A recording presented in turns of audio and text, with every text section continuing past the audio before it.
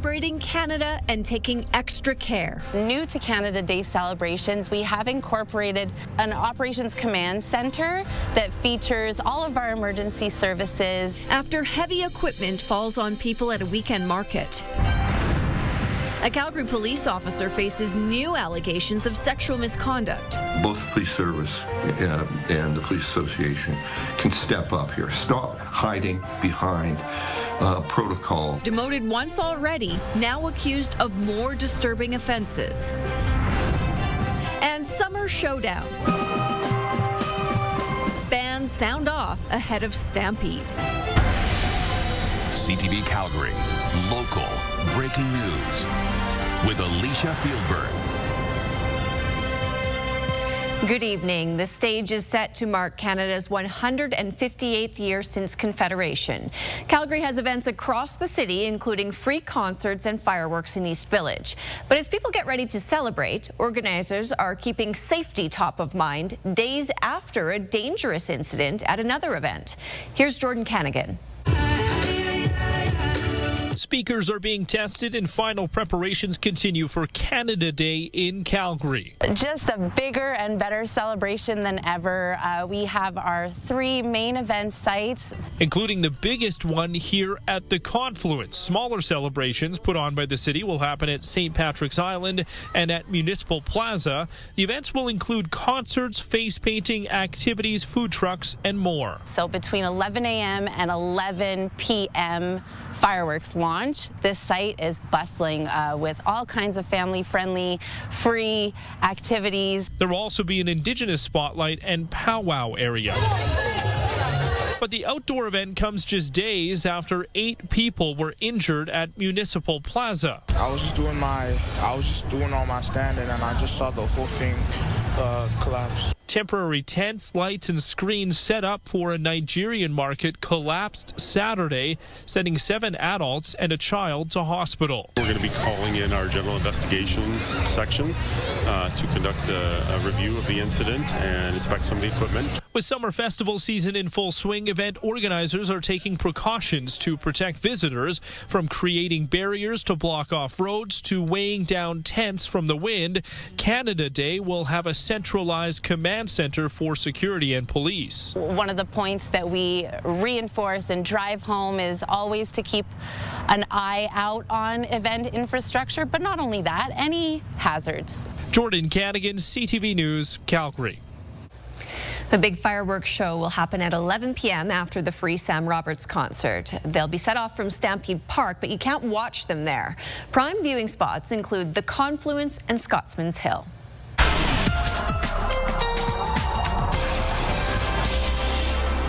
Danielle, it looks like it's going to be nice and hot to get outside for Canada Day. Yeah, be prepared for some heat. Sunshine and heat, tank tops and flip-flops, whether it's going to a lake, whether it's water guns and sprinklers, whatever is your way to cool down, make sure you drink a lot of water. 29 degrees is our high for tomorrow at least. We may even crack 30. And we're looking at lots of sunshine throughout the day. Some cloud cover will roll in closer to those supper hours. Very small chance of an isolated shower closer to 8 p.m. So a stable, hot day, and it will be even hotter on Wednesday. That will be the hottest day of the week. I'll show you those details coming up. Thanks, Danielle. A semi-rollover near Deerfoot and Glenmore Trail clogged up traffic in the area for several hours this evening. The truck crashed while heading south on Deerfoot Trail onto westbound Glenmore Trail. You can see the semi-driver sitting near the busted cab with his arm bandaged. EMS assessed him at the scene. The semi was lying on its side, blocking that off-ramp, and crews were removing diesel. Plus, the truck had a full load, which needed to be unloaded by hand before the semi could be moved. Until it was cleared up, police closed the ramp from Deerfoot Trail onto westbound Glenmore. Police say speed was a factor in 2 deadly crashes on Stony Trail this weekend.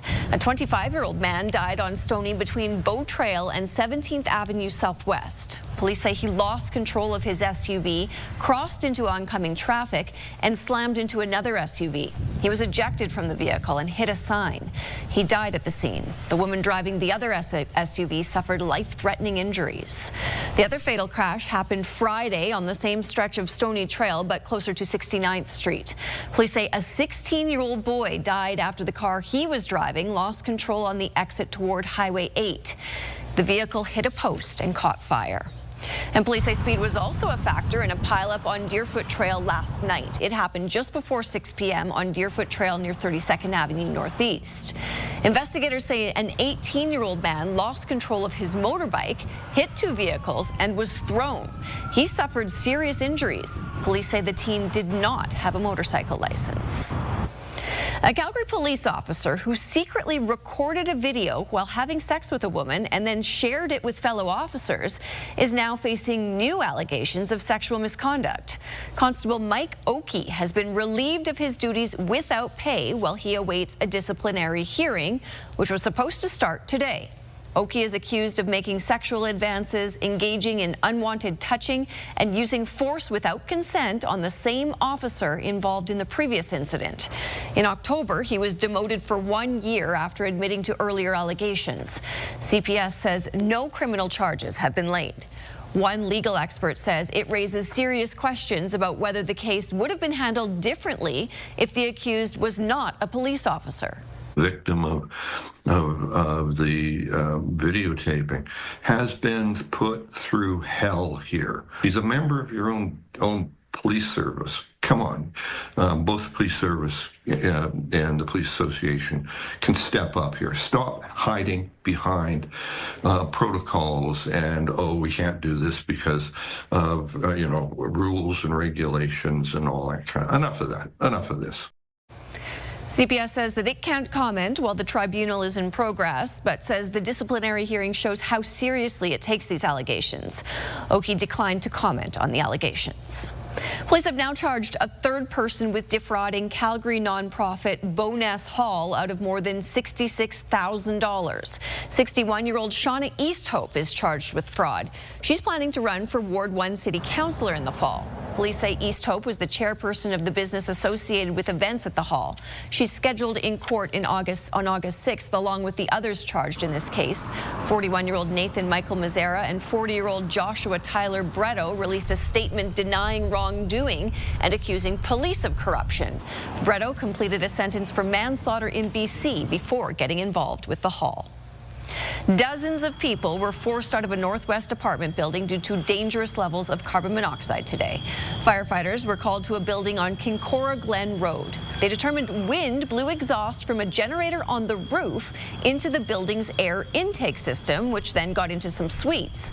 EMS was on scene, but nobody was treated. Firefighters ventilated the building and tested the air quality before residents could return. There's been another bobcat attack in southeast Calgary. Neighbors say a bobcat and her kittens have been living under a deck in the neighborhood of Parkland for weeks. Police say the latest attack happened yesterday afternoon when a woman walking her dog was attacked by an adult bobcat. She escaped with only minor scratches. Last week, another woman was attacked about 2 kilometers away while she was walking her dog. Wildlife officers tell us it may be the same cat. They say they tried to trap the bobcat and her kittens, but were unsuccessful. Eau Claire has been shut down for a while, but will soon reopen. The western half of the plaza has a whole new look with a new water feature that creates a fog effect. There's also a play area, flexible green spaces, and a large plaza for events. The historic Bow River Lumber Company building has been relocated, along with the Olympic Arch, which was built in 1987. The design can adapt for year-round use. It's that postcard moment. Grab a photo, send it back to your friends, post it to your social media accounts. Something to grab their attention and keep them coming back. Oakhill Market and a condo development were demolished to make way for the Green Line. That stop is no longer in the design plan, with the city and province still at odds. The eastern half of the site will remain vacant until a decision is made. There's a colorful new installment just west of Calgary. Bearspaw First Nation put up 4 teepees on the south side of Highway 1 near Callaway Park. They mark the entrance to the 298-acre area which the nation and Rocky View County plan to develop. A working group is being created to determine what they might build. The goal is to work together to preserve culture and boost the local economy. A show band Showdown took over McMahon Stadium tonight.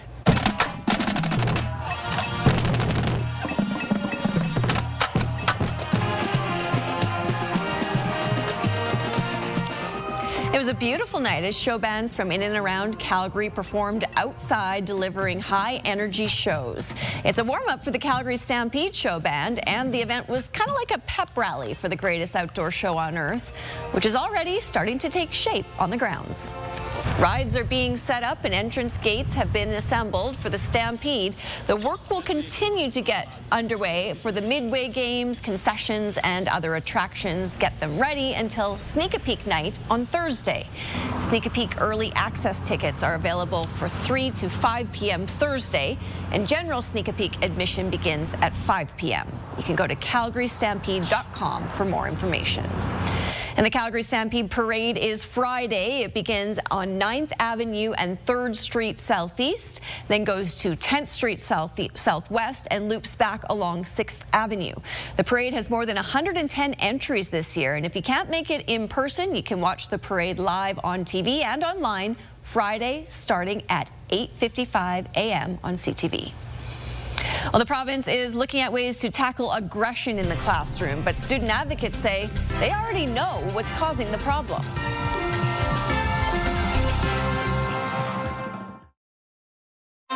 You're watching CTV News, Calgary. A referendum question has been approved by Elections Alberta, but it's probably not the one you were expecting. Do you agree that Alberta should remain in Canada? That's the question in the approved citizen initiative petition launched by a former Progressive Conservative cabinet minister. Thomas Lukaszek says he wants to stop the push by Alberta separatists. New referendum rules don't kick in until July 4th, so this petition must meet the old requirements. That means Lukaszek has to collect 600,000 signatures instead of 177,000, but he's confident he will. The Prime Minister has called a by-election in the Alberta riding of Battle River Crowfoot. MP Damien Currick resigned his seat to give Pierre Poilievre a chance to return to Parliament. The Conservative leader lost in his Ottawa riding during the last federal election. Voting day for the by-election is August 18th. Some Albertans will start to see the effect of the province's new personal income tax rate tomorrow. As part of a budget promise, Alberta introduced a new personal income tax bracket of 8% on the first $60,000 of income. Previously, the lowest tax bracket was 10%. The province says that this change could have save some Albertans up to $750 in the year 2025. Now, the change is retroactive to January 1st, but kicks in tomorrow.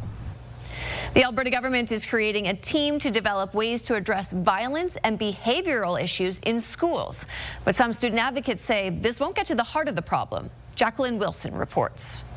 School may be out for the summer, but class is in for a team of 20 education system officials and teachers to brainstorm solutions for the growing number of behavioral issues in schools. This new action team is part of a broader strategy to reduce disruption in the classroom, strengthen mental health and behavioral supports, and ensure that our schools remain inclusive and safe learning spaces.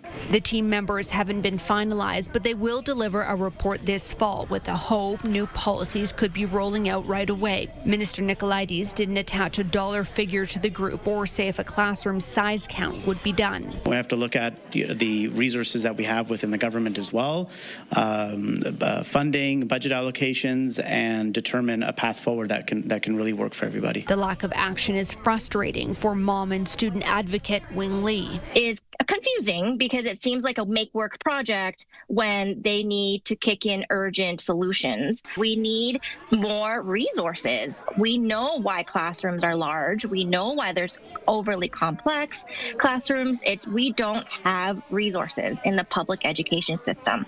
According to Statistics Canada, Alberta has the lowest funding per student at about $11,500 compared to the national national average of almost 13,700. More teachers in the one classroom is not enough for the special kids and the normal kids together because the teacher works so hard. Bigger classrooms, less kids per class. So I'm hearing there's average like 35, 40 kids per class and per teacher. So just worried about the education and the amount of time per child that's allotted. Earlier this month, members of the Alberta Teachers Association voted in favor of strike action. They're negotiating with the province over wages and classroom sizes. Jacqueline Wilson, CTV News, Calgary. The Alberta Teachers Association has to provide 72 hours strike notice before any job action can take place. Fluoride is back in Calgary's water system. The city began adding the mineral today at the optimal level recommended by Health Canada to help prevent tooth decay. Officials say the level of fluoride in the water will not affect taste, smell, or appearance. One University of Calgary professor points to a study published by the university a few years ago, finding grade 2 students in Calgary had higher rates of cavities than those in Edmonton, where fluoride was still being used. It helps to improve the strength of the enamel, that's the surface of our teeth. It makes it more resistant to the acids caused by food in the mouth, and therefore ensures in the long term we have better dental health. Fluoride had been added to the water system from 1991 to 2011 when council voted to remove the mineral. Calgarians voted to reintroduce it in a plebiscite in 2021. The city of Medicine Hat is using a natural solution to tackle invasive plants. About 200,000 flea beetles were released into Police Point Park. The insect's primary food source is leafy spurge, which has infested the park. They will almost exclusively eat leafy spurge until it's wiped out. The beetles are a more environmentally friendly option than spraying. Densities of leafy spurge were increasing quite rapidly, and so we don't want to just focus on spraying, although it's very useful. We also want to make sure we're following good IPM principles, so we're controlling these invasive pests from a bunch of different angles. Now, it will take a couple of years before residents will see a noticeable effect on the weeds. You'll want to plan some breaks from the heat if you're going to spend Canada Day outside. Danielle's forecast is up next.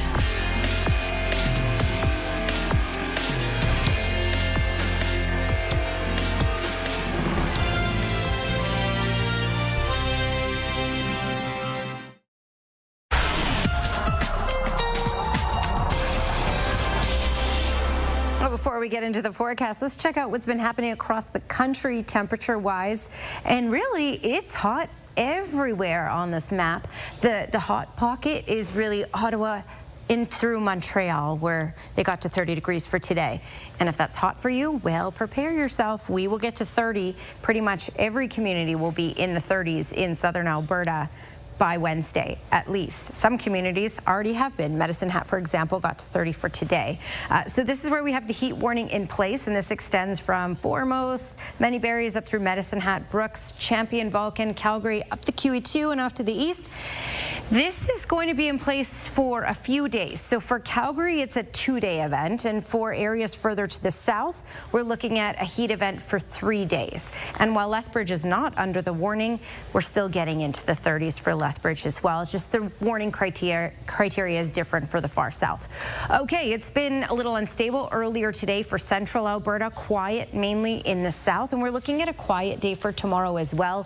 Things will bubble up in the foothills up to the north here and track over to the QE2. Basically Red Deer, mainly Red Deer and north. Calgary and south should remain stable for tomorrow. A lot of sunshine expected, and that's going to allow the heat to build even further for tomorrow. So at least 4 degrees warmer tomorrow compared to today.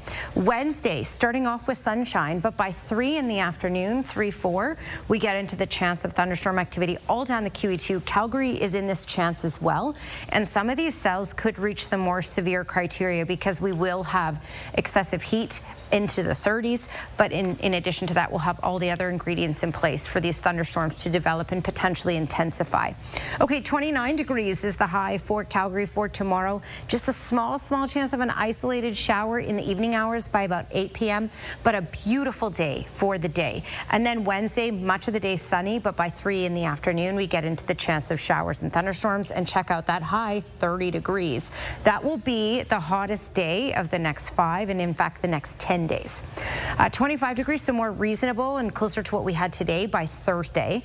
Small chance of an afternoon shower. Friday looks stable for the day, but by the evening we get into rain, which will be heavy at times, and that will carry into Saturday. So we could pick up some really decent rain totals for Friday night in through Saturday. And as you can see, temperatures will cool to the teens to kick off the weekend. Thanks, Danielle. Calgary Stampeders have added some new names to the roster, and one of the new members is set to face his old team in just a few days.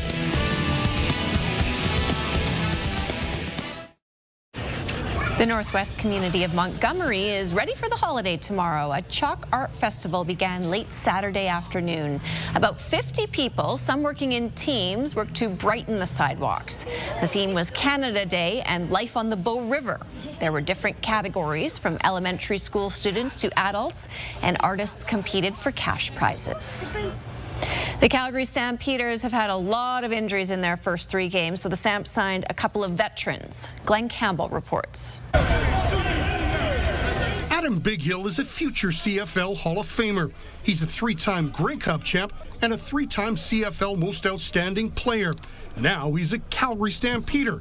The Stamps signed him to the practice roster last week. You know, Calgary has a great tradition, right? Like, anytime we played Calgary, when I was in BC or Winnipeg, you knew what kind of game you're going to get.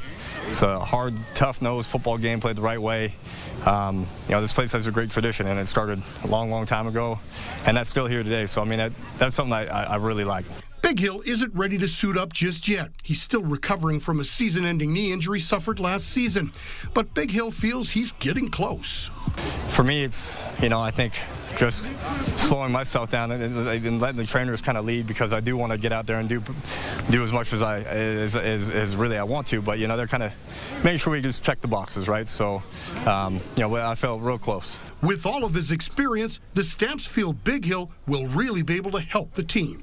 It's kind of that veteran leadership of just, you know, this is what it takes to be the best, and this is what championship teams do, and this is how we think, this is how you know, go about your process. And so, you know, at the end of the day, just want to be able to lead by example, and you know, just show them that, you know, I'm a guy that they can count on, and do it the right way all the time. The Stamps also signed Kyle Wilson, who was recently released by Hamilton. He says he's ready to go and ready to make an impact.